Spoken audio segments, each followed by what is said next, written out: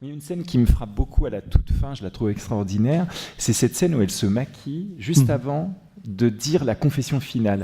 On a l'impression qu'elle se maquille comme si elle allait entrer en scène, enfin, c'est très étrange, mais elle se couche, on a ce très beau plan sur elle couchée, presque comme sur un divan de psychanalyste. Vous dites comme si elle allait entrer en scène, mais on a connu, à l'époque de la Révolution, et dans l'époque des femmes qui se maquillaient pour aller à la mort.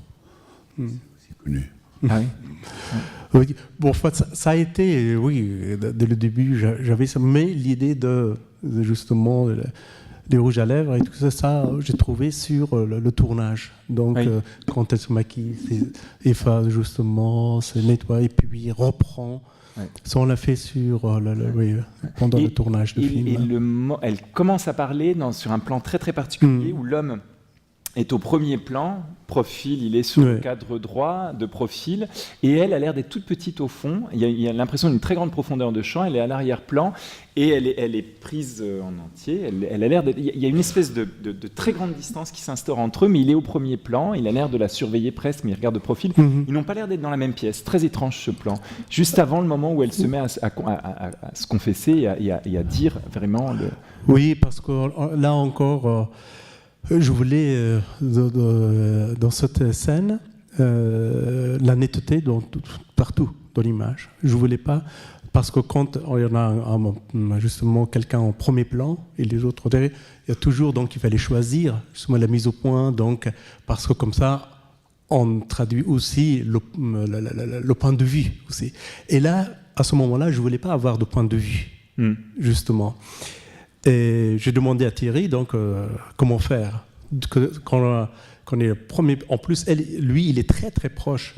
Elle est de l'autre côté. Comment faire que les deux soient nets? Là, il a eu l'intelligence de trouver une sorte d'objectif très particulier. Donc, il sait justement par quelle magie. Donc, qu'on a en même temps les deux nets. Et puis, j'ai utilisé 2-3 fois ça. Il y a un autre moment aussi qui a un long plan, elle de profil et l'homme allongé. Oui. Là aussi, quand même, le plan dure énormément. Mais on n'a pas l'impression, parce que tout le monde dit, mais comment ça se fait? Est-ce que tu l'as coupé ou non? Et pourtant, c'est 5 minutes ou même plus. Mais comme, encore, j'ai pris cet objectif, et l'œil du spectateur se balade.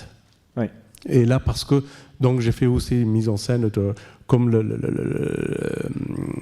tableau de Mantegna, Chris morte.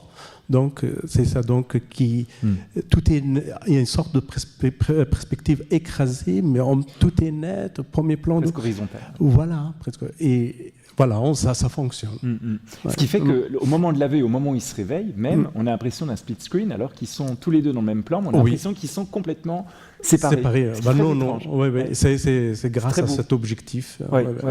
J'en profite pour rajouter une technique que Attic a inventée pendant ce tournage et qui m'a beaucoup impressionné. Il a demandé à l'acteur d'apprendre par cœur le texte de la femme. C'est ce qui fait qu'à chaque instant, il sait ce qu'elle dit. Et il le sait même en même temps qu'elle.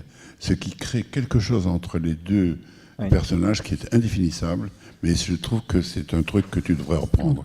Voilà.